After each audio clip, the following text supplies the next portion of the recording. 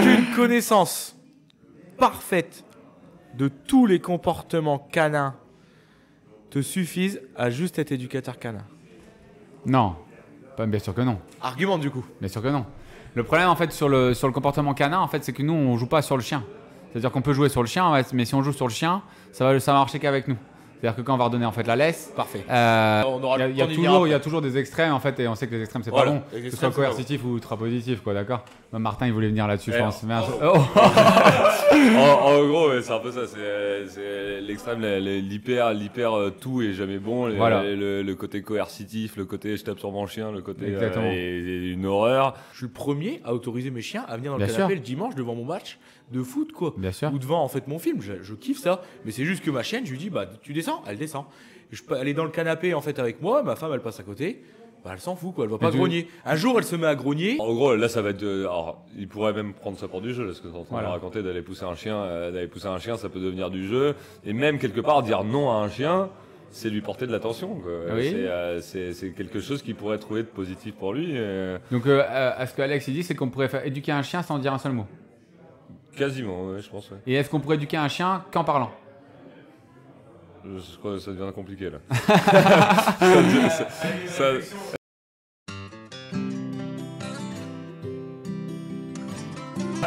Non, je sortis. Oui, ça peut être super bien. Ça peut être super bien. Bon. Comment ça va les gars? Ça va très bien. Nickel. Le taf d'éducateur canin. Et toi, 12 jours, c'est ça? vacances.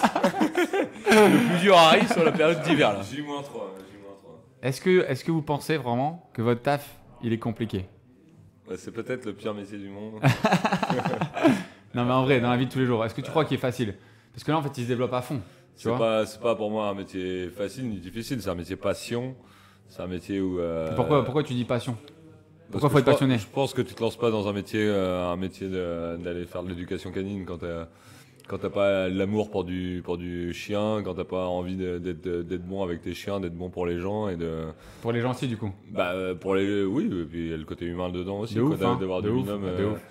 D'avoir du binôme et puis juste d'avoir un chien agréable, parce que ça peut tellement être un enfer d'avoir un chien qui tire, qui aboie sur tout ce qui passe, tout ce qui bouge, que forcément c'est un métier passion, dans le sens où tu vas sauver le quotidien des gens et rendre du plaisir à des gens au lieu que ça puisse être un enfer pendant 15 ans, quoi. Et tu penses quoi du coup du fait en fait qu'il y a de plus en plus d'éducateurs canins qui apparaissent en fait et qui se développent en fait Bon, je pense qu'il y a beaucoup de gens qui sont passionnés par le chien de base, que il peut y avoir des bons, des moins bons, Et pourquoi ça se développe là en ce moment, à ton avis? Parce que je pense que les gens s'intéressent un peu plus au bien-être du chien et que au lieu de délaisser des chiens, d'abandonner des chiens, ils essaient de se donner un petit peu les armes pour réussir à faire les choses bien, quoi. Je pense. Sur la bonne voie, quoi. Excellent. Je peux rebondir en fait là-dessus ou sur mon idée en fait, au final je pense que ça se développe parce que il y a 10 ans de ça, 10-15 ans de ça, le chien il faisait partie des meubles en fait. Le chien c'était sa place de chien, pour avoir terminé, tu prenais pas ton chien en vacances. Tu prenais pas ton chien en fait pour aller en week-end, tu le mettais chez toi en chenil ou dans les familles les plus drastiques en soi.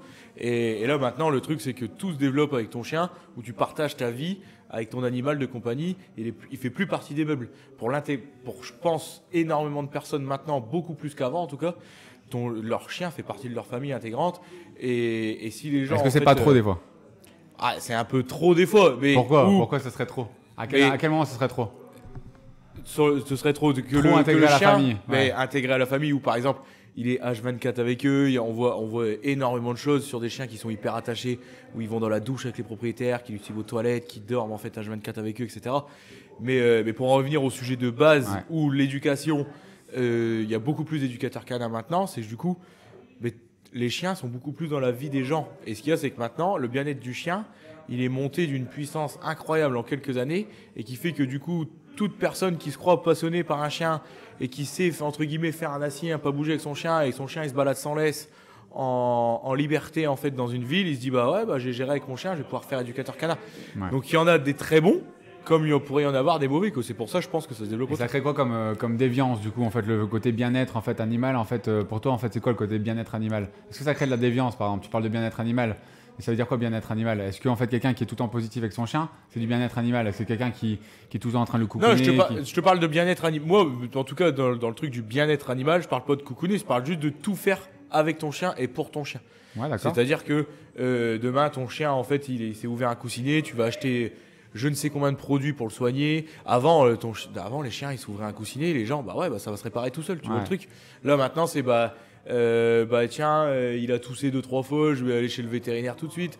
Avant, c'était les solutions où ça se fera tout seul avec le temps et dans son chenil, ça va se réparer, quoi. Moi, je pars du principe où le chien, il a évolué dans la société, où il a une part beaucoup plus importante dans la famille que maintenant. Je parlais pas du truc de cocooning, etc. Okay. Même si il y en a énormément. Du coup, il y a de la déviance Il y a une déviance si c'est trop coucou. Voilà. Je pense qu'on y viendra. Il y a toujours des extrêmes en fait, et on sait que les extrêmes c'est pas bon, que ce soit coercitif ou ultra positif, quoi, d'accord. Martin, il voulait venir là-dessus, je pense. En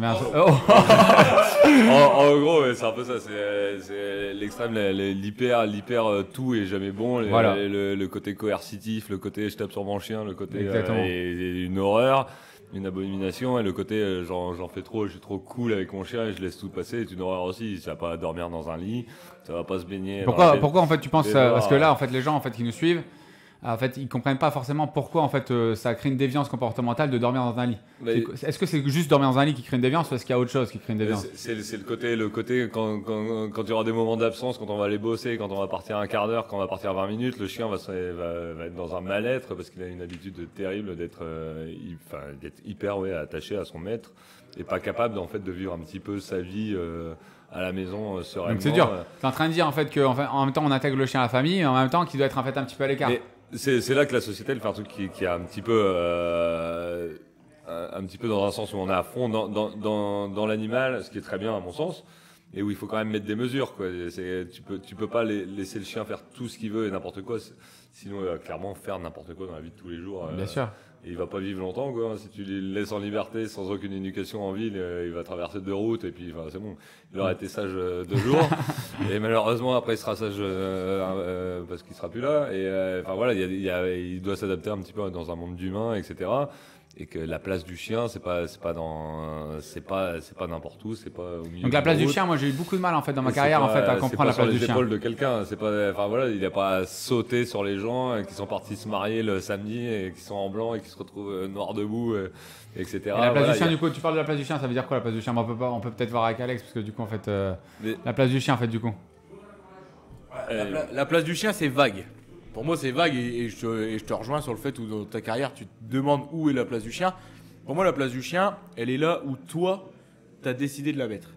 C'est-à-dire que pour toi, la place de ton chien à la maison, elle sera ici. Moi, mon chien, il sera là. Et Martin, la place de son chien, elle sera là. Chacun décide de la place de son chien. Et on est là, nous, pour essayer de voir surtout en fait les clients où ils mettent eux leur chien à leur place et leur dire bah non, là, il n'est pas à sa place. Il n'est pas à sa place. Mais il y a plein de choses différentes. Donne un exemple pour les gens qui nous suivent. Donne un exemple en fait un chien dans le canapé. Je pars du principe, tu vois, le chien, il y a des gens qui disent non, le chien, il n'a pas sa place dans le canapé. Bah moi je suis désolé. Moi je te parlais pas de place en fait. Je te parlais pas d'une place en fait. Non, pas de place. Mais le chien, il doit être à sa place. Sur le principe, Martin parlait de le chien vient dans le lit, le chien il est tout le temps avec nous, machin, etc. Ou moi je te dis, le chien il peut très bien venir dans un canapé, mais sur mon autorisation, je lui dis descends, il descend. Ouais. C'est mon canapé. Un chien qui fait de la protection de son confort, ou quand tu passes à côté du canapé et il commence à te grogner dessus, là je vais interdire aux gens de mettre le chien en fait dans le canapé. Je viens d'en avoir un là en fait, réaction sur petit enfant d'1 an qui commence à s'appuyer sur le canapé, le chien est dans le canapé. Donc là du coup tu interdis le canapé. Je suis le premier moi, et en tant qu'éducateur canin, et mes clients rigolent avec ça, je suis le premier à autoriser mes chiens à venir dans le canapé le dimanche devant mon match de foot quoi. Bien sûr. Ou devant en fait mon film, je kiffe ça. Mais c'est juste que ma chienne, je lui dis bah tu descends, elle descend. Elle est dans le canapé en fait avec moi, ma femme elle passe à côté. Bah, elle s'en fout quoi, elle va pas grogner. Un jour elle se met à grogner, alors elle le fera jamais parce que comment dire, elle sait très bien qu'elle a pas à le faire et elle a même pas l'idée de le faire. Mais si ça arrive chez les gens, si un jour ça grogne, terminé du jour au lendemain quoi. Du jour au lendemain. Une place de chien, c'est une place en fait un petit peu en fait en retrait par rapport en fait à la vie humaine, tout en fait en l'intégrant en fait dans la vie humaine. C'est un petit peu en fait paradoxal. Je suis pas forcément d'accord sur le mot de retrait. Ouais. Parce que au final. C'est paradoxal. C'est paradoxal où tu fais tout avec ton chien. Mais la place de chien, au final, tu es obligé de te hiérarchiser par rapport à ton chien. t'as dit un de ces mots là, hiérarchiser, il y en a qui vont faire des malaises. Là, restez avec nous. Ah là, il y en a qui sont tombés là. Mais au final, la place d'un chien, c'est hiérarchiser par rapport à ton chien. Pour moi, la simple hiérarchisation, et après je donne la parole à Martin, la simple hiérarchisation, du moment où ton chien il fait quelque chose et que tu l'empêches de le faire ou que tu l'éduques pour ne pas le faire, tu te hiérarchises par rapport à ton chien. Bien sûr. Sans parler de non, sans parler d'éducation positive, etc. Tu lui apprends à faire autrement de ce qu'il a fait, ou tu lui dis non à ce moment-là, quand il fait une bêtise, tu es juste en train de te hiérarchiser. Mais hiérarchiser, du coup, en fait, Tiens, on peut pas être copain-copain en fait, avec un chien, quoi. C'est ce que tu es en train de dire. Bah pas tout à fait, c'est plutôt une relation par. Je prends le rebond sur Alex, mais c'est pas un copain pour moi. Effectivement, c'est une relation plus parent-enfant où il y a un rôle de mettre un cadre de guide et voilà, parce que comme je t'ai raconté il y a 3 secondes, c'est qu'un chien tu le laisses tout seul voué à lui-même dans une ville, il fait pas long feu et il est pas capable d'être autonome. C'est pas un chat. Mais s'il a 13 ans, il est autonome. Non, s'il a 13 ans, il va juste moins bouger, mais il sera moins autonome. Je suis d'accord. Mais non, mais c'est qu'il y a des choses il doit s'adapter à notre mode de vie. C'est juste qu'on a, en gros, on a domestiqué des chiens il y a X années et qui doivent s'adapter un petit peu à notre mode de vie sans se mettre en danger, sans mettre en danger les autres, etc. Et fatalement, ça passe par des règles. Des règles qui au début peuvent paraître un petit peu très cadrées, etc. Machin, et qui, à mon sens, au fur et à mesure des années, le chien devient de plus en plus autonome, franchit de moins en moins les lignes rouges, le danger en fait pour lui, et du coup, fatalement, on lui en demande de moins en moins. C'est-à-dire que là, typiquement, il y aura un de nos chiens ici, on ne serait pas systématiquement à les reprendre assis, pas bouger. Ils feraient un petit peu leur vie. S'ils exagèrent un petit peu, on reprendra le contrôle. Mais globalement, ils resteraient à côté de nous sans ils seraient autonomes. Sans franchir les lignes qui iraient déranger soit les gens, soit les mettre en danger, soit. Donc ce que tu cherches en fait dans la vie de tous les jours, c'est d'avoir un chien qui est capable d'évoluer en société, en autonomie, et qui est capable de faire les bons choix tout seul. Et pour ça, tu es obligé de le guider en fait au départ. C'est ça que tu veux dire. Complètement. Mon idée est plus que mon idée. Ma raison de faire de l'éducation, c'est moi ce que je raconte toujours à mes clients, c'est moins t'en demandes à ton chien, mieux c'est. C'est-à-dire moins t'as besoin d'en demander à ton chien plutôt que moins t'as besoin de lui en demander, mieux c'est. C'est-à-dire qu'il prend de lui-même un max de bonnes décisions. Et qu'à partir de ce moment-là, bah oui, la vie elle est cool. Ton chien il te suit. Il a laisse ou il a pas de laisse, etc. Il y a un lapin qui part, il y a un chat qui part, il court pas derrière. Il y a des gens, il va pas leur sentir les chaussures toutes les 3 secondes, un chien, etc. Si de lui-même il fait tout ça, tu peux évoluer plus facilement, lui faire découvrir le monde plus facilement. On va passer en fait à une autre question en fait que j'avais envie de vous poser. Je passe à Alex parce que comme ça je vais faire chacun votre tour. On est désolé en fait, on a. Attends, après il faudra que je pose des questions aussi. On a un problème de moyens, on a que 2 micros. En fait, moi j'avais envie de poser comme question en fait, quelles sont en fait les erreurs les plus fréquentes, l'erreur la plus fréquente que tu rencontres pendant tes cours, un truc que tu es obligé de rabâcher tout le temps, que toi ça te paraît en fait dans ton cœur un petit peu normal de le dire, mais que tu rencontres tout le temps en fait dans la vie de tous les jours. Ouais, clairement, c'est les gens qui crient sur leur chien, et pour être poli entre guillemets, parce que et en fait pour le chien il se passe absolument rien. Et ça, et je vais prendre l'exemple tout de suite pour que tout le monde en fait tout comprenne instantanément, ou sur le principe pourquoi je roule jamais à 200 ou pourquoi tu roules jamais à 200 ou peu importe en fait, pourquoi on roule jamais, même 200 c'est pour partir dans l'extrême, mais même à 160 ou peu importe. Mais peu importe, en gros si à chaque fois que le policier nous arrête, nous crie dessus, bah la première fois, bah je vais faire attention. Parce que quand mon chien il est chiot, quand je lui crie dessus un bon coup, tout de suite mon chiot il fait ça, je dis oh bah tiens, dans la tête de la personne il se dit ah j'ai gueulé un coup, ça a fonctionné. Mais comme moi quand j'avais 18 ans, avec le flic il m'a dit attention à toi, je vais te sucrer ton permis. Mais après la deuxième fois, il me recrie encore dessus. Et encore la troisième fois, bah, tous les jours je vais rouler à 200, il se passe jamais rien de négatif pour moi. Il se passe jamais rien où bah, je peux continuer en fait de rouler tranquillement, je peux faire n'importe quoi, il se passe rien. Bah, pour les gens c'est pareil. S'ils crient sur leur chien et qu'il se passe absolument rien pour le chien. Donc sois plus concret du coup en fait quand tu parles en fait d'actions négatives et de conséquences négatives du coup de qu'est-ce qu'ils pourraient faire en fait les gens, par exemple leur chien il saute systématiquement en fait sur les personnes qui rentrent sur des inconnus en fait dans la rue par exemple. Pourquoi il fait ça déjà le chien? Pourquoi à ton avis? Bah alors pourquoi il fait ça? Tout simplement parce qu'il y a plusieurs je pense qu'il y a plusieurs positivement je parle, il saute positivement. Oui positivement, mais je pense qu'il y a plusieurs choses. Il y a déjà le fait que à mon avis je pense que les propriétaires quand ils rentrent ils font la fête. Donc du coup, lui, il contrôle. Il y a un contrôle émotionnel qui va pas trop au moment où, mais le contrôle émotionnel, il est de la part des deux. Il est de la part des deux. Il est pas de la part de l'humain, il est de la part du chien. L'humain, 80% de nos clients, on est obligé de faire un travail de contrôle des émotions. Avant de parler du chien, on est obligé de contrôler les émotions de nos clients. Oui, bien sûr. Martin, t'es d'accord avec moi? Bien et toi, t'es pareil, tu vois. Bien sûr. Si toi, tu rentres et que tu fais « Ouais, mon loulou, machin, etc. » bah, bien évidemment que ton chien, il va perdre le contrôle de ses émotions. Tu lui demandes. Il y en a plein qui disent non en fait à leur chien en fait, à ce moment-là quand ils sautent. Et pourtant ça marche pas. Pourquoi? C'est quoi le problème? Ils sont dans le verbal du coup. Ils sont dans le verbal et ça revient à ce que j'ai dit tout à l'heure. J'ai beau lui dire non, non, non, non, non, s'il se passe jamais rien. Soit je lui apprends par le biais en fait. Il repousse. Mais ouais, mais il repousse, mais il se passe rien. Au plus il veut le repousser, au plus il va rentrer dans l'excitation. Pourquoi? Ah parce que ça va devenir un jeu pour lui de le pousser. À la vision du chien. À la vision du chien en fait, l'action en fait que les gens font. Pour moi, il faut mettre une action. Comment dire, désagréable, pour pas dire négatif, parce que négatif ça peut être un grand mot, et ça peut être une action désagréable pour le chien. Priver de sa liberté, mettre un spray d'eau, mettre un spray d'air, l'ignorance, repartir de la maison à chaque fois en fait, je rentre, il me saute dessus, tac, je m'en vais. Je re-rentre, il me saute dessus, tac, je m'en vais. Quelque chose qui se passe de désagréable, si c'est fait tout le temps, ça fonctionnera dans une semaine. Martin.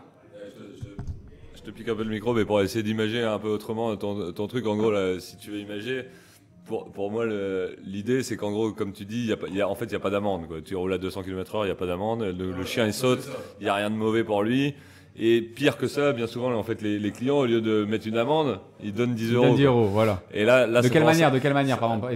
En donnant, par exemple, ils vont donner de l'attention. La pire des choses, moi, sur le saut, c'est ce que je rencontre très très souvent, et notamment beaucoup avec des petits chiens, parce qu'on tolère beaucoup plus sur des petits chiens. Je sais pas pourquoi, donc moi toujours je dis faites gaffe, il va faire 50 kilos plus tard. et en gros, voilà, la pire des choses, c'est on saute dessus, je lui donne 10 balles, je lui donne 10 euros, bah, fatalement le chien il se dit c'est bon pour moi, c'est positif pour lui, pourquoi j'arrêterais tel ou tel comportement alors qu'à chaque fois que je crée un comportement qui est... Mais c'est quoi 10 euros? Parce que tu parles de 10 euros, alors ils donnent pas vraiment 10 euros. Je rentre là-dessus, voilà, 10 euros, la façon de payer un chien ou de monnayer positivement avec un chien, c'est de lui donner de l'attention, lui donner une caresse. En gros, le chien me saute dessus, je lui donne une caresse. Et à quel moment le chien aura envie d'arrêter de sauter Donc si mon chien me saute dessus, je lui dis non et que je le repousse en fait physiquement, pour le chien en fait dans sa tête c'est une action positive. Donc en fait il va recommencer le comportement. En gros là ça va être alors il pourrait même prendre ça pour du jeu, ce que tu es en train de raconter, d'aller pousser un chien, ça peut devenir du jeu. Et même quelque part dire non à un chien, c'est lui porter de l'attention. Oui. C'est quelque chose qu'il pourrait trouver de positif pour lui. Donc ce que Alex il dit, c'est qu'on pourrait faire éduquer un chien sans dire un seul mot. Quasiment, ouais, je pense. Ouais. Et est-ce qu'on pourrait éduquer un chien qu'en parlant? Je crois que ça devient compliqué là.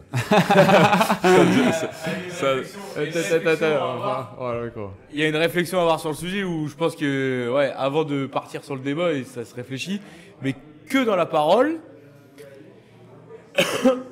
on parle d'action depuis tout à l'heure. Que dans la parole. Est-ce que dans la parole c'est possible que dans la parole? Oh putain, là, on va faire un débat. Ça va partir loin. Là on est pas bien. Partir loin parce que si tu ouais, santé. Martin. Santé. Là ça va être compliqué. Est-ce que tu crois que c'est possible? C'est impossible. C'est impossible. C'est impossible que faire parce que toi t'es buté là-dessus et t'as raison. Et t'as raison d'être là-dessus. On est d'accord. Et t'as raison. Bah oui. Non mais oui, mais je suis d'accord avec toi. Me dis pas que c'est possible. Que dans la parole, c'est impossible. Mais si tu dis, là tu vois, en débat, les gens, pour moi, chez eux, vont penser, bah on va essayer, tu vois. On va essayer de faire que dans la parole. Bah ils peuvent essayer. Ils peuvent essayer. Mais en fait, ils vont se convaincre. Et on a plein de clients. On a plein de clients qui font ça. Okay. Ils vont être convaincus que leur parole fonctionne. Voilà. Alors qu'en vrai, c'est leurs actions qui fonctionnent, mais ils se rendent pas compte. Comment ils peuvent démontrer ça? Par exemple, là, ils sont chez eux. Qu'est-ce qu'ils peuvent faire avec leur chien pour voir en fait si la parole est prioritaire par rapport à l'action? Par exemple, quel exercice ils pourraient faire en fait chez eux là? Par exemple, tu leur dis là un exercice. Je sais pas. Moi, je demande un assis à mon chien, je lui dis banane. Mais comment tu demandes un assis? En gros, tu lui dis banane. Je lui dis banane, elle s'assied. Si tu lui dis banane, elle s'assied. Ouais. Donc vous êtes chez vous. Vous le dites, vous allez devant votre chien. La prochaine fois, que je fasse avec Happy, on prendra Happy. Vous prenez en fait un petit bonbon, vous prenez dans les mains un petit bonbon, et puis vous mettez de votre chien, vous dites banane. Maintenant, commentez sur le chien qui s'est assis en fait à ce moment-là, d'accord? Et pourquoi il ferait ça le chien? Pourquoi il va s'asseoir en fait sur le mot banane? Et parce que du coup, ce que j'ai pas dit, je l'ai gardé en secret juste avant. Sur le principe, comment tous les gens ont appris à leur chien à s'asseoir. 80% des gens, ils ont juste pris une friandise, ils ont levé la friandise et ils ont dit assis. Le chien a juste levé sa tête et posé son cul. Et donc du coup, ils ont récompensé ce comportement-là. Ils ont récompensé ce comportement-là. Mais ils sont convaincus que c'est le assis qui a fonctionné, alors que c'est juste la friandise qui a fait ça. Action, c'est C'est l'action l'action, qui est le prioritaire. geste qui a fait que le chien est s'assied. Faites le même geste chez vous, faites le même geste, faites-le ça ou alors le ça comme on peut voir, comme geste, et dites le mot banane en même temps, 95% de vos chiens vont s'asseoir. Bien sûr. Mis à part potentiellement un chien qui a 13-14 ans, et encore si vous l'avez appris au geste au départ. Et donc ça veut dire en fait que le verbal n'a pas d'impact. On va passer en fait à Martin. Et ça veut dire que le verbal n'a pas d'impact. Alors, c'est pour moi du coup. Moi, je vais rebondir juste devant, je te coupe un peu avant. Moi, fais comme chez toi, fais comme chez toi. Vous parlez du assis depuis tout à l'heure. Je suis moyennement d'accord, notamment que sur l'ordre assis. Ouais. Pour une chose, parce que 9 fois sur 10, effectivement, c'est le premier ordre qu'on apprend à son chien. Et 9 fois sur 10, vous pouvez lui dire ce que vous voulez, votre chien, il va créer une action parce qu'il va chercher à créer le bon comportement aussi. Et que du coup, on pourrait avoir les mains dans le dos sur le assis. Je suis pas d'accord avec vous, les gars. Le assis, ça marche. Si tu mets les mains dans le dos, tu dis banane, est-ce que ton chien va s'asseoir? Quelque part, ton chien, pour moi, j'ai ce sentiment-là, qui a cherché une solution pour avoir ce qu'il veut, c'est-à-dire une récompense ou une caresse. Donc il va créer le assis. Il va créer un assis. Bien souvent, c'est quand même la réponse qu'il va mettre souvent. Alors, on va pas me faire un. Non, coucher, sur des chiens lambda. On va pas me faire un debout, on va pas me faire un thé mort ou etc. Ouais. Les mains dans le dos là-dessus. Le assis, je suis moins d'accord parce que clairement, c'est la réponse 9 fois sur 10, la bonne réponse du chien pour le propriétaire. Oui, c'est ça. D'accord. Et juste là-dessus. Et du coup, je sais plus ce que tu me racontais avant. Mais... je sais plus. C'est pas grave. Je veux passer à un autre sujet. En fait, il y a beaucoup en fait de problèmes d'aboiement en fait chez le chien. Et qu'est-ce que c'est en fait pour vous en fait l'aboiement en fait chez le chien en fait, qu'est-ce que ça exprime en fait, est-ce que c'est un moyen de communication, est-ce que c'est autre chose en fait, est-ce que en fait il faut laisser aboyer, est-ce qu'il faut couper en fait, pour toi en fait c'est quoi la solution sur l'aboiement? C'est quand même l'aboiement. J'avoue, j'aurais pu rendre le micro à Alex, ça m'aurait fait plaisir parce que là je sens que je vais être moyen, mais ouais, peu importe. Et non, mais je pense que déjà c'est leur façon de parler quoi. C'est leur façon de parler. C'est une de leurs façons de s'exprimer. Exprimer quoi? Quel genre de... Ça dépendra de l'aboiement. Est-ce que c'est un moyen de communiquer pour toi? Oui. Pour toi, c'est un moyen de communiquer? Bien sûr, oui. Moi, je suis pas d'accord. Tu vas pas être d'accord. Ah, je suis pas d'accord. Si, c'est un moyen d'exprimer. C'est un moyen d'exprimer en fait des émotions. C'est pas un moyen de communiquer. Ils vont pas dire en fait, ils vont pas parler entre eux en fait en aboyant l'un à l'autre. Non, mais c'est un moyen d'expression. Alors peut-être. Bah non, pas du tout. Un chien qui aboie dans un jardin et qui aboie et donc il fait déclencher les autres chiens, c'est parce qu'ils parlent entre eux.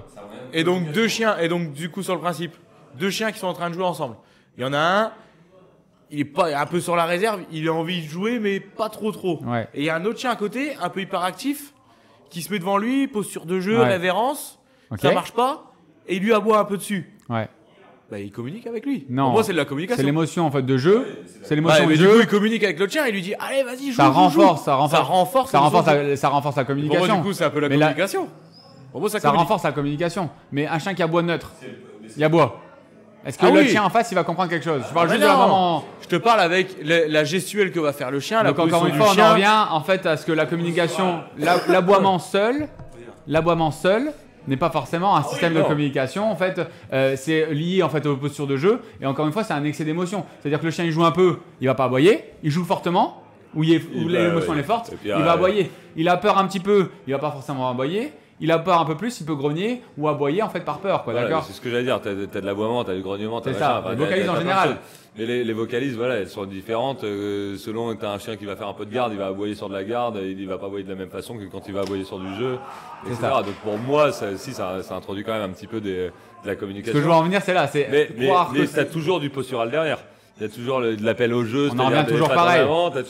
C'est qu'en vrai, c'est un excès d'émotion qui est pas contrôlé en fait par le chien. Et il exprime de cette manière-là en fait en utilisant des vocalises. Mais c'est pour moi, dans mon cœur à moi, ce n'est pas un système de communication en fait à proprement parler. Ça renforce la communication et la compréhension. C'est pas seul. C'est associé forcément à des postures, à des. C'est ça. Ça renforce une communication et une compréhension. Mais c'est pas à proprement parler tout seul en fait un système de communication. Pour moi, ça renforce la communication entre chiens. L'aboiement. Non, tu peux apprendre à ton chien. De communication. Non, mais je te parle pas de communication sur le monde extérieur. Je te parle juste moi, et je vais redonner le micro après. Ouais. Mais ça renforce pour moi la communication entre les chiens. Grognement, bagarre, c'est pas le même aboiement, appel au jeu par l'aboiement, etc. Pour moi, ça renforce une communication entre les chiens. La compréhension, tout à fait. Et ça, et puis on peut presque en venir aussi aux races, quoi.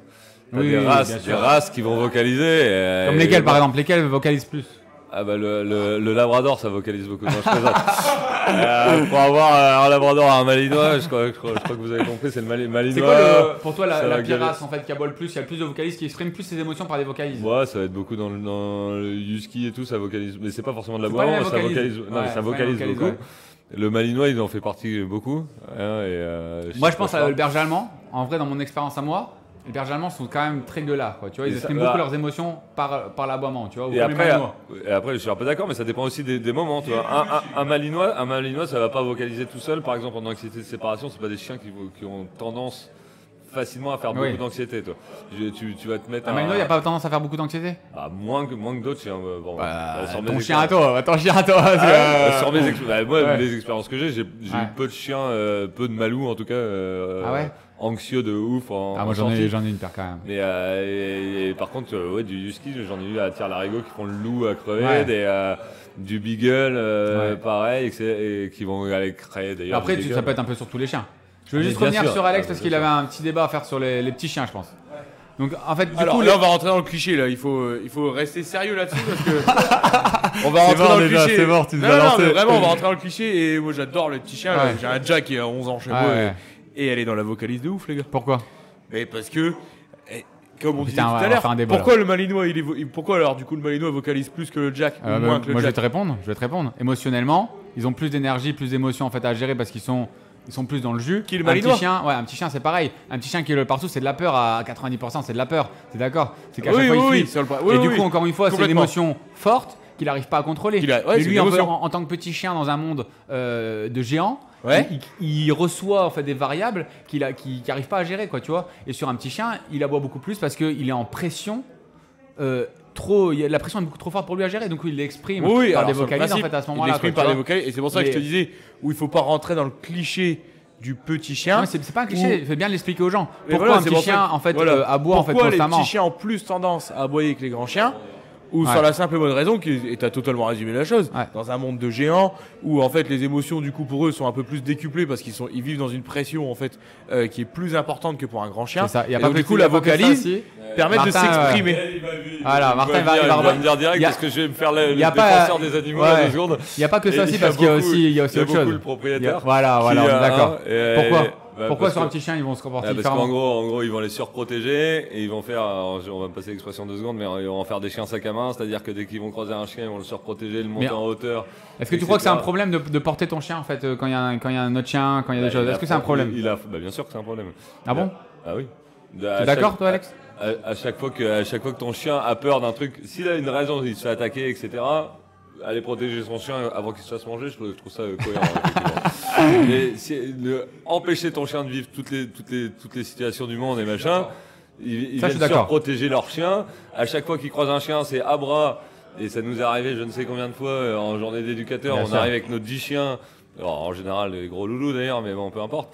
Et on se retrouve avec tous ces chiens que j'appelle moi des chiens. Moi, je suis pas d'accord en fait sur un truc. C'est-à-dire qu'à partir du moment où la personne elle prend un bras, mais que la personne elle a une belle attitude, positive, non stressée. Ah ouais, mais bon, est-ce que c'est souvent comme ça? Non, mais ça peut arriver. Non, mais faut pas non plus qu'ils pensent que prendre un bras, le fait de l'acte de prendre un bras, ce soit quelque chose de négatif. C'est le fait de le chien, oh merde, il a peur, tiens, je le prends à bras. À chaque fois qu'il y a un chien, que je croise un chien, au lieu de le laisser vivre et de laisser passer à côté du chien, qui 9 fois sur 10 va bien se passer. Voilà, du coup, à chaque fois qu'il y a un chien, merde, le proprio il dit tiens, merde, danger pour mon petit chien. Du coup, il renforce la peur du chien. Ça dépend donc de la façon dont il le fait. Pareil, la caresse. On va faire un autre débat du coup sur la caresse parce qu'en fait, il y a beaucoup en fait de personnes en fait qui pensent en fait qui ont entendu parler que de caresser son chien dans une situation stressante, c'était quelque chose en fait de négatif pour le chien. Ça renforçait en fait la peur. Est-ce que Alex, tu peux blablater là-dessus? Moi, je te rejoins juste. Sans dire n'importe quoi, s'il te plaît. Bon bah Martin. Non, je veux juste en fait résumer un petit peu l'histoire d'avant pour que ce soit bien clair pour les gens qui sont propriétaires de petits chiens, où ça prend 30 secondes. Ce qu'on vous a juste en fait, on a juste voulu vous dire, c'est que prendre votre chien à bras, c'est pas 99% tout le temps négatif. C'est juste que si vous le prenez à bras à chaque fois que vous croisez un chien et que vous le coucounez, que vous lui montrez qu'il a raison d'avoir un petit peu peur, là ça sera négatif pour lui. Si vous le prenez à bras serein et que on passe tranquille, ça sera pas forcément négatif tout le temps pour lui. C'est juste qu'il vivra pas totalement ses expériences et qu'il y a mieux quand même à faire. Attends, Juste pour finir, juste pour finir sur Alex, parce que là depuis tout à l'heure en fait on parle juste des chiens, mais en fait c'est un peu une connerie qu'on dit, parce que ça peut être des chiens, mais ça peut être des voitures, ça peut être des vélos, ça peut être des. Oui, bien sûr. Il y a 40 000 trucs bien sûr. Voilà, c'est dans toutes les situations anxiogènes où si du coup le sac, la personne qui a un sac à dos en fait avec son petit chien dans le sac à dos, est-ce que vous pensez que c'est quelque chose de bien ou pas? Il n'y a aucun problème là-dessus. Je suis d'accord. Moi je suis d'accord à 1000%. Le problème là-dessus, c'est une façon de balader. Après si au sol, c'est l'intensité, elle est plus forte, et du coup pour le chien, il vit quelque chose de plus fort et de plus dur, quoi, tu vois, je suis d'accord, du coup c'est mieux quand même pour le chien, oui, si c'est fait intelligemment. Mais dans des situations trop intenses où le chien n'est pas capable de gérer, je pense que le mettre dans un sac, si ça l'apaise, en fait ça peut être excellent, et c'est différent des bras parce qu'il y a moins d'émotions, il y a moins de... Il y a moins l'émotion du maître qui envoie des mauvais signaux malgré lui. Donc je reviens en fait à ma petite question, en fait... Excuse-moi du coup. Et je sais il fallait que ce soit clair. J'ai oublié ma question du coup. Je sais plus ce que c'est. Je sais plus ce que c'était, vous vous souvenez ou pas? C'est pas grave, j'en retrouve une autre. Je sais plus du tout. Ah là là, attends, mais sinon j'en ai une moi. T'en as une toi? J'en ai une petite, ouais. J'en ai une petite qui peut ne pas prendre trop de temps, mais du coup toi qui a je pense une plus grande carrière que nous, qui peut être pas trop mal. Faut bien la comprendre et je vais essayer d'être au plus clair le plus possible. Oh putain, ça promet déjà, rien que de lancer, il y a galéré alors. Est-ce qu'une connaissance parfaite de tous les comportements canins te suffisent à juste être éducateur canin? Non, bien sûr que non. Argument du coup. Bien sûr que non. Le problème en fait sur le comportement canin, en fait, c'est que nous on joue pas sur le chien. C'est-à-dire qu'on peut jouer sur le chien, mais si on joue sur le chien, ça va marcher qu'avec nous. C'est-à-dire que quand on va redonner en fait la laisse. Parfait. Parfait, bah merci. Et tu vas là où je veux en venir. Non, mais je pense que c'est ça. C'est qu'en fait à partir du moment où en fait on va redonner la laisse, ça va en fait pas avoir le même impact, quoi, d'accord? Donc nous en fait le problème, c'est que c'est pas un problème d'ailleurs, c'est excellent, c'est qu'on doit en fait aussi jouer sur l'humain en fait et faire comprendre en fait à l'humain, et c'est là notre travail de coaching en fait, tu vois. On doit driver en fait un petit peu l'humain et lui apprendre, lui faire comprendre surtout comment en fait avoir en fait un résultat avec son chien, le pourquoi du comment, pour qu'il puisse comprendre son chien. Il y en a plein qui pensent que leur chien est agressif négativement, alors que 90% des chiens qu'on rencontre, ils ont peur. Mais eux ils pensent qu'ils sont agressifs, ils les voient différemment, ils mettent des saccades, ils gueulent, ils mettent du jus parce qu'ils voient ça comme de l'agressivité, alors qu'en fait le chien il flippe à mort, quoi, tu vois. Donc je pense que effectivement on joue pas beaucoup sur les chiens et que c'est surtout sur les humains en fait qu'on joue, et après en fait c'est ça la difficulté de notre métier. Donc c'est pour ça que l'éducateur canin qui essaye de prendre en fait des petits bonbons en fait, et qui croit qu'être éducateur canin c'est prendre des petits bonbons et travailler avec le chien, il se foire totalement, parce que peut-être que ça va marcher avec lui et encore dans certaines situations, mais en fait la vie des gens va pas changer, quoi. Tu vois, tu dis souvent il y a des gens qui pleurent en fait dans tes séances, tu vois, tu t'impactes la vie des gens. J'arrête tout le monde, il pleure positivement. Mais ce que je veux dire c'est que t'impactes la vie des gens et tu les fais changer. Parce que moi mon but premier dans le métier d'éducateur canin, ce que j'ai voulu vivre, c'était changer le quotidien des gens. Oui, bien sûr. Moi, c'est mon but premier à moi. À nous trois, je pense. Hein. C'est ce qu'on raconte un petit peu. Mais moi, mon but premier à moi, si je repars avec le client me dit ouais, ok, mon chien est dressé, super. Bah, je suis dégoûté. Oui, moi, je veux repartir avec un propriétaire qui a le smile et un chien qui a le smile et que tout le monde est content. Moi, c'est vraiment mon but à 100%. J'ai compris en fait pourquoi en fait on dit qu'un chien change la vie d'un humain, tu vois. Parce que ça t'oblige en fait à te contrôler plus, à te comporter différemment, comme un enfant en vrai. Ça change en fait la vie parce qu'en fait ça t'oblige en fait à te comporter différemment. Et ça c'est excellent, tu vois. Mais t'as totalement raison en fait là-dessus. Peut-être Martin il veut. Non, mais je suis à peu près d'accord avec vous. De toute façon c'est à peu près clair. Mais c'est juste en gros de pas se focaliser. Nous notre taf c'est un peu de pas se focaliser que sur le chien, parce qu'effectivement sinon ça ne marche pas ou ça marche. Est-ce qu'il y a des chiens où on pourrait? Parce qu'on fait des journées d'éducateurs où on prend que les chiens. C'est quoi l'intérêt? Ça, c'est de l'émotion. On parle d'émotionnel, mais je vais finir Vas-y. Du coup, avant le truc. C'est-à-dire qu'en fait, on est l'idée, et c'est là où moi, d'ailleurs, quand j'ai commencé un petit peu, où je me plantais un peu, j'étais content quand ça marchait avec moi. Je me disais, putain, pourquoi ça marche pas avec eux? Et qu'au final, c'est l'énergie que les gens envoyaient, les signaux au bon moment qui marchaient pas. Et c'est là où moi, je me suis dit, putain, vas-y, il y a un truc que je fais pas bien, et il va falloir que, au lieu de me concentrer sur le kleps, sur le chien, pardon. Me concentrer sur le chien. Ah là là, le coercitif, il a dit kleps. Quand même me mettre un petit peu sur l'humain et sur les énergies que les gens envoient au bon moment, au mauvais moment, récompenser son chien quand il faut, et l'engueuler quand il faut. En quoi tu parles des énergies, en fait, c'est super intéressant. parce que moi, là, je suis en train de former en fait Pauline, la 4e collaboratrice. Et du coup, en fait, elle a un problème d'énergie dans certaines situations. En quoi les énergies en fait, que tu envoies en fait, et les émotions que tu envoies en fait, ont un impact sur le chien? Est-ce que tu peux faire un exemple, par exemple, sur un nom qui va créer l'excitation ou sur un nom qui va fonctionner, par exemple? C'est quoi la différence en fait, d'énergie qui va fonctionner? Ouais, je vais surtout te mettre un exemple sur du. Ce que j'aime beaucoup travailler et où les propriétaires se plantent beaucoup, c'est surtout sur des chiens qui sont réactifs. Et pour moi, 9 fois sur 10, c'est pas 10 fois sur 10, mais c'est plutôt 9 fois sur 10, c'est le propriétaire qui envoie les messages avant-coureur de tout ce qui va mal se passer. C'est-à-dire, donne un petit exemple pour les gens. Oui, j'en vois ça.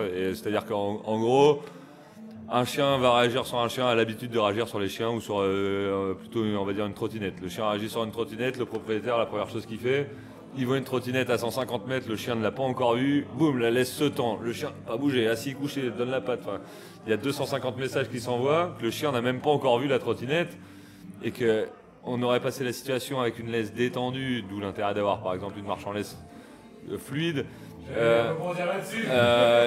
Et un comportement où nous on est zen à l'intérieur, on n'a pas le palpitant qui est à 230, etc.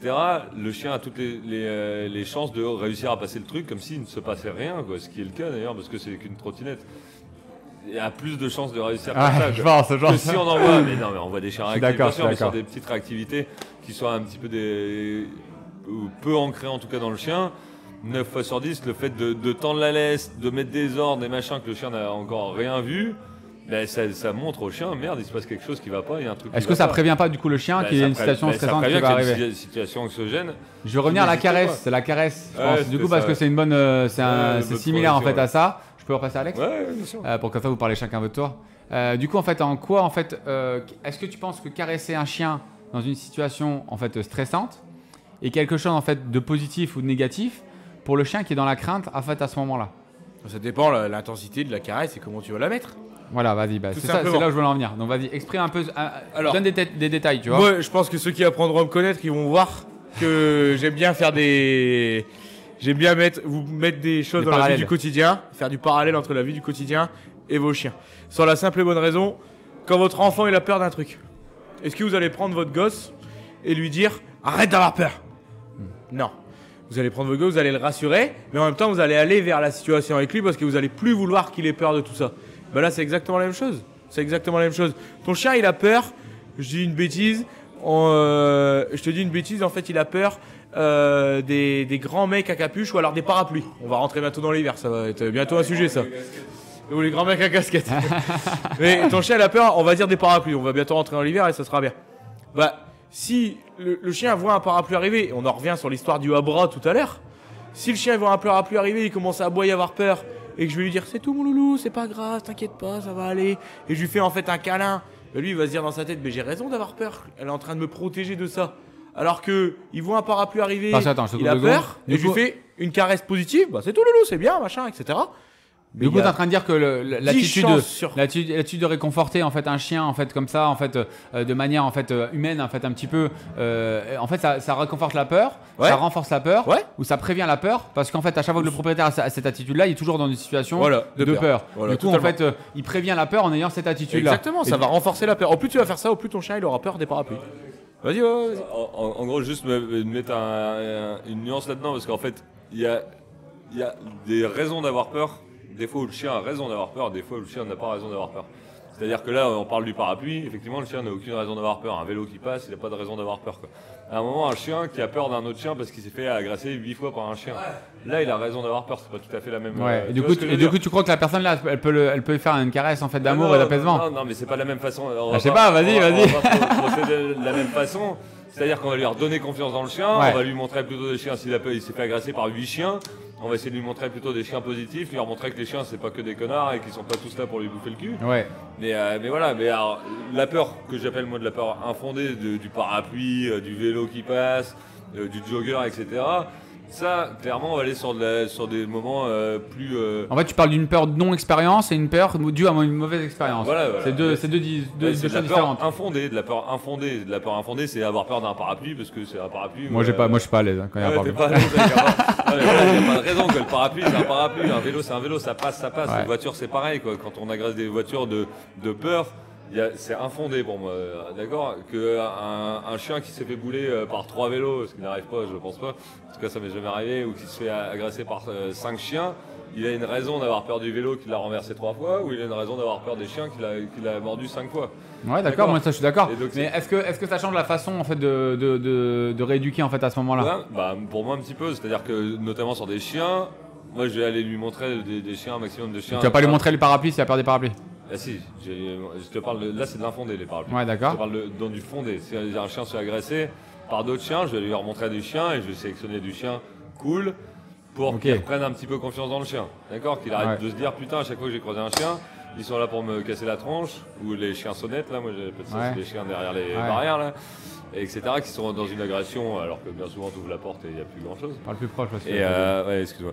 Et ça, alors que de l'infondé c'est le parapluie. Et là le parapluie, effectivement, je vais aller lui montrer du parapluie et lui montrer qu'il se passe rien. Et est-ce que tu pourrais pas faire la même technique avec du parapluie du coup? Genre fermer le parapluie au début, l'ouvrir en fait au fur et à mesure, c'est pareil. Prendre des parapluies plus cool et puis augmenter la. Quelque part, du coup la rééducation est la même. Ouais, mais en tout cas, oui, ce qui est sûr, c'est que l'erreur c'est deux choses différentes, mais ça reste quand même deux choses un petit peu différentes. Tu parles juste de deux peurs différentes, mais après, en fait, la peur reste la peur. La thérapie est à peu près la thérapie est à peu près la même. Et je rejoins Martin là-dessus. Je pense que Martin, il veut juste dire que c'est deux choses différentes où le parapluie, tu vas le ramener, tu vas prendre n'importe quel parapluie pour travailler. Si il a eu une mauvaise expérience avec un vélo, avec une voiture ou avec un chien, tu vas pas prendre n'importe quel chien et n'importe quel vélo pour travailler. Tu penses? Je pense que c'est comme ça. Bah ouais. Tu vas pas prendre un chien agressif. Il y a pas beaucoup de chiens qui réagissent en fait aux autres chiens. Mais tu vas pas prendre un chien agressif pour travailler avec un chien qui a déjà peur des chiens. T'es d'accord avec moi? Tu vas pas prendre des vélos qui passent à fond de balle à côté. Tu vas pas aller demain au Tour de France avec un chien qui a peur des vélos. C'est pareil avec le parapluie du coup. Enfin bref, on va pas faire un débat là-dessus. Bah si, parce que si tu cours en fait avec le parapluie en fait sur le chien. Ah mais il y a pas eu une mauvaise expérience avant. Tu comprends ce que je veux dire? La peur, elle sera la même. La rééducation, pour moi, parce que moi je suis dans la rééducation, sur la rééducation, tu vois, c'est deux choses différentes. Mais sur la rééducation, les exercices sont un peu similaires. Il y aura une grosse similarité. C'est ça. Je suis d'accord sur le fait qu'il y en a un, c'est pas d'expérience et du coup, en fait, ça crée la peur. Et je suis d'accord aussi sur le fait en fait que l'expérience traumatisante sera beaucoup plus dure en fait à changer. Et est-ce que tu vas vraiment la changer? Est-ce que tu penses que tu peux totalement faire disparaître en fait la mauvaise idée en fait qu'il a du chien, ou est-ce qu'il aura tout le temps un petit peu dans son crâne si une simulation si en fait une situation similaire en fait apparaît en fait devant lui? Déjà ça dépend de l'âge du chien. Déjà. C'est-à-dire t'as un chiot qui se fait agresser à 4 mois, pour moi, tu es capable, si tu fais bien les choses, de lui changer totalement la vision des choses et que les chiens redeviennent positifs entièrement et qu'il est plus donc ça dépend de l'âge, en fait, ça dépend de quoi d'autre? Déjà, moi ça dépend de l'âge. Ça dépend de l'intensité sur laquelle il s'est fait agresser. C'est-à-dire que s'il s'est fait dégommer avec 4-5 plaies et que je pense que là du coup, on va ramer. Et ça dépend de quoi d'autre aussi? Ramer. Ça dépend de quoi d'autre aussi? On a dit quoi? On a dit l'intensité sur l'agression. On a dit l'âge du chien. Et la mise en situation. Les expériences. La mise en situation, les expériences de la vie de tous les jours. Si le chien, en fait, il a 1000 contacts avec des chiens tout le temps, il se prend une petite tannée. En vrai, voilà, il va peut-être être un peu réactif, mais en vrai, ça va passer. Voilà. Non, mais c'est vrai que. Mets-toi plus proche, si t'as un contact chien, il se fait dégommer. Forcément, là, ça va être plus compliqué. S'il en a 1000 et il en prend une où il se fait dégommer, quelque part, ce sera juste une expérience. Et normalement, d'ailleurs, ça va pas créer une grosse peur sur le chien, quoi. Ça peut créer un traumatisme et qui sera beaucoup plus facile à remettre en arrière. D'accord. Bon, c'était très bien, en fait. C'était excellent. Je pense que Martin, t'as encore une question, non? Pas encore, si. On parlait de. Je pense que t'as un autre débat à faire, non? Lequel tu veux, là? Je sais pas, celui que t'as envie. Celui que t'as envie. Non mais en gros il faut que je le retrouve, mais j'en ai plusieurs. Et non, un petit peu les façons de dépenser les chiens. Ouais, ok. Que ce soit physique. Pourquoi faire? Alors attends, je vais finir un peu mon truc là. En gros, je pense que les gens, bien souvent dans leur tête, c'est mon chien, allez vas-y, je vais le tuer, aujourd'hui on va aller courir 18 heures. Et il va courir derrière la voiture et ce soir il dort bien. Et que ça c'est ce que pensent beaucoup de gens. Et qu'il y a à mon avis aussi d'autres façons de dépenser son chien, et donc c'est la dépense physique mais surtout la dépense mentale, quoi. Essayer de voir un petit peu qui est quoi. Et pour toi les deux en fait sont un bon duo, en fait il faut pas faire l'un sans l'autre. En gros déjà t'as pas l'un sans l'autre, et donc ça revient de la dépense physique, ça revient de la balade, Mais de la balade, c'est pas de la balade c'est de la balade dynamique, distractive, où le chien a des odeurs, le chien a des choses à voir, que c'est pas toujours le même tour de quartier, etc. Et du coup, ça rentre un petit peu même dans le mental, parce que finalement, il redécouvre, parce qu'il va servir son odorat, de ses expériences de vue, etc.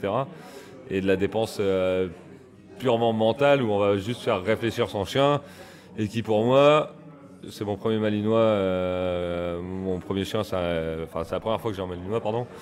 Et c'est là où je me rends compte que ça envoie du jus.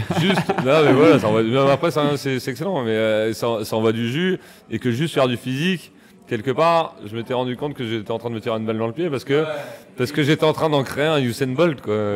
Excellent. Machine de guerre. Et que quelque part, après, effectivement, à part le faire courir derrière une voiture pour le fatiguer un peu. Faut pas faire, hein, c'est un exemple, mais faut pas le faire. Ou sur le principe, et moi il y a quelque chose qui m'horripile et dans tous les dialogues, et on peut voir ça sur tous les réseaux, et je serai jamais d'accord avec eux, où le principe et le cliché du malinois, hein, où ouais, si t'as un malinois chez toi, faut le faire courir 2h30 par jour, il faut le dresser 1h30 par jour. Il faut le dépenser, t'es pas en train de dire qu'il faut pas le dépenser. Attends, il faut le dépenser. Ton chien, il faut l'habituer aussi à rien faire. Enfin, rien faire, tout est relatif, hein. Ne le laisse pas une semaine chez toi. Sinon, faut pas laisser en fait une journée en cage, on est d'accord. Oui, voilà, c'est sûr, on est d'accord. Mais ton chien, un athlète de haut niveau, il devient athlète de haut niveau en s'entraînant tous les jours.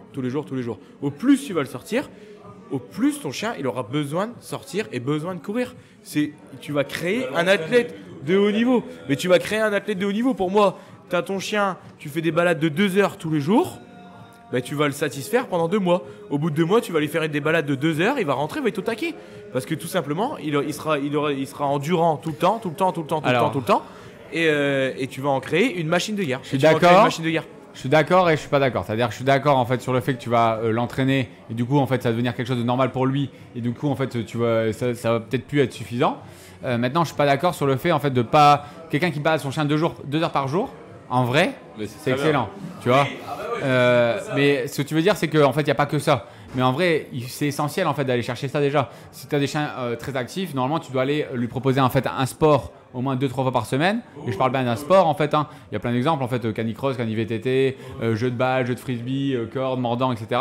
Mais après, à côté de ça, tu dois aussi lui apprendre. Et c'est là où tu vas en venir, en fait, je pense, à s'autocontrôler, à apprendre à ne rien faire, à apprendre à gérer ses émotions. Apprendre en fait à réfléchir avant d'agir et ne pas être tout le temps dans l'action, quoi, tu vois. Mais en fait c'est un juste équilibre en fait dans tout ça, mais tout est question d'équilibre. Mais t'as aussi t'as le côté où effectivement il faut faire de la balade, que ce soit en lâché ou en longe, etc.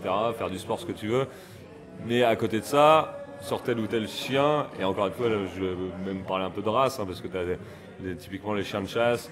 Typiquement les chiens de travail qui vont être le malinois, le berger allemand, les chiens de berger, ce qui est border collie, etc. Même berger australien en vrai, on a plein qui sont des chiens de berger complètement. Et peut-être un petit peu moins de jus que le border collie, quoi, ouais, quand même. Mais qui reste des chiens pleins de jus. Tu peux pas t'arrêter à que de la balade distractive. Même si tu fais les plus belles balades du monde, ça suffit pas à ce que ton chien il s'explose le cerveau et qu'il dorme un peu et qu'il soit crevé. Pour moi, la dépense mentale, c'est-à-dire ça va être du jeu d'intelligence, de la recherche, se servir de son flair, de l'obéissance.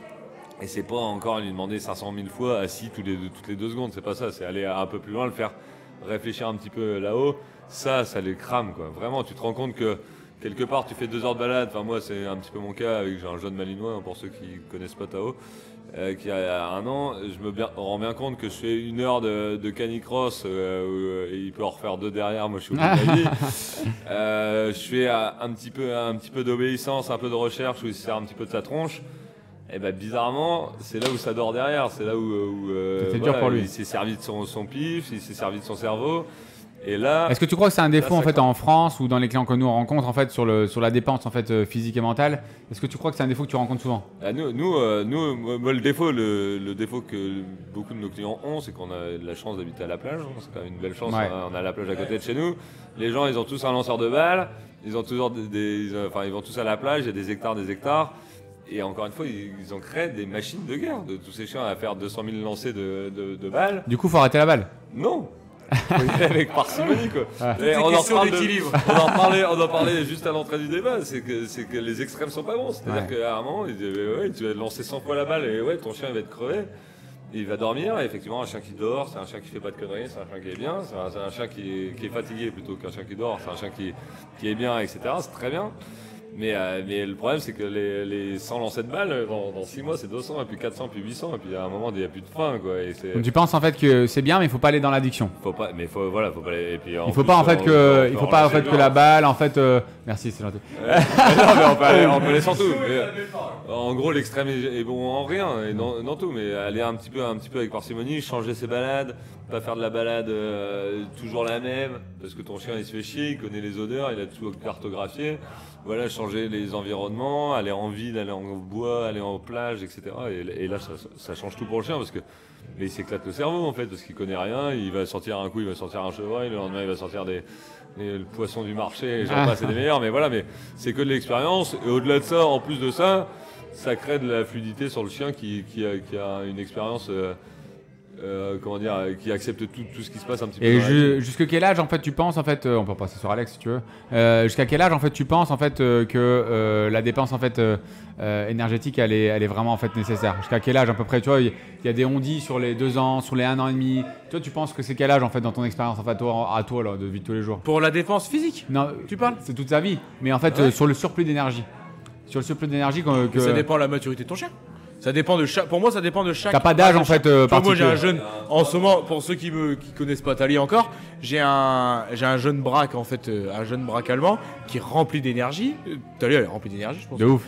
Rempli d'énergie. Et où sur le principe, elle a 1 an et demi. Et moi, perso, je la trouve encore, je pense, énergiquement, complètement immature. Complètement immature. Et pourtant, c'est pas le fait de mon éducation, où je pense que mon éducation elle est des plus carrées possibles, ou c'est moi. Trop pas. Trop carré non, ou pas trop carré. C'est jamais trop carré.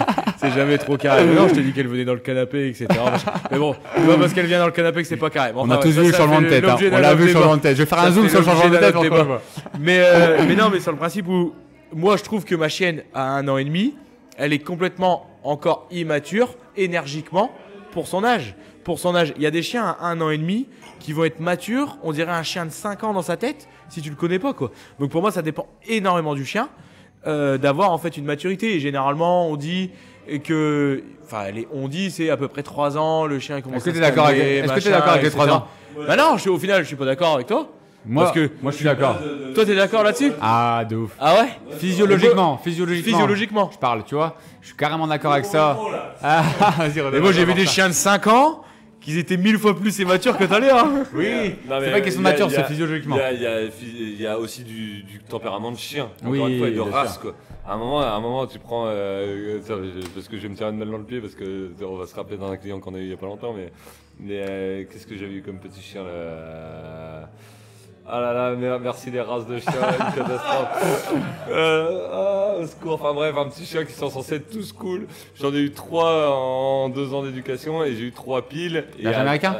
Non, des tout petits chiens, là, tu m'as même demandé l'élevage il y a pas longtemps. Berger américain. Carlin. Ah, un Carlin, oui, j'ai eu bien 3 sûr. Carlins. Oui, c'est vrai. 3 Carlins qui étaient des piles électriques qui sont connus pour être. J'ai dit, mais Gaëtan, j'ai pas lu la même fiche de race que toi. Oui, je suis d'accord. J'ai eu 3 piles électriques. Et voilà, mais typiquement, normalement, un Carlin, effectivement, ça va être un chien qui va être un petit peu plus cool rapidement. Là, on vient de croiser avant d'arriver sur notre apéro dog un Golden. Golden, mon frangin, il a pareil, il a un Golden et c'est des chiens qui moi me correspondraient pas d'ailleurs parce qu'ils sont tellement placides relativement vite. Ça dépend encore une fois. Et tu peux tomber sur un Golden qui a 4 ans a un jus de timbré. C'est plutôt des races qui sont prédisposées à être relativement vite calmes, etc. Et il y a d'autres qui seront énergiques jusqu'à plus loin. Ouais. Mais globalement, une maturité. Moi je pense vraiment que 3 ans, ça commence tu passes un cap, où le chien, boum, il redescend. Il a fait un peu son truc. Moi j'ai un Labrador à Ruby. 1 an et demi, il était on fire. Et en obéissance très bien, mais beaucoup trop de jus. Là. Maintenant, vraiment, je vois, il a juste 3 ans, il est redescendu, mais complètement. On va finir. Non, on va finir. Parce que ça me dérange, mais ça dépend de l'éducation que tu lui donnes. Aussi. Mais bon, ça c'est sur la maturité. Ça sera un sujet je pense qu'on abordera un peu plus tard. Ouais. Mais si tu lui apprends absolument pas à gérer ses émotions, bien sûr. Ton chien à 5 ans. Bien sûr. Il fait absolument n'importe quoi. Et on en revient sur le principe où les éducateurs canins, parle pas en même temps, quand on a en fait besoin, il faut pas hésiter parce que du coup sur le principe, le contrôle émotionnel de ton chien va te faire que ton chien sera mature à l'âge où il doit être mature. Mais ça, c'est un autre sujet, le contrôle émotionnel. On va finir juste sur un autre débat. En fait, le dernier débat que je voulais en fait mettre en place en fait aujourd'hui. Je trouve en fait qu'on a moins en moins en fait de chiens en fait tueurs.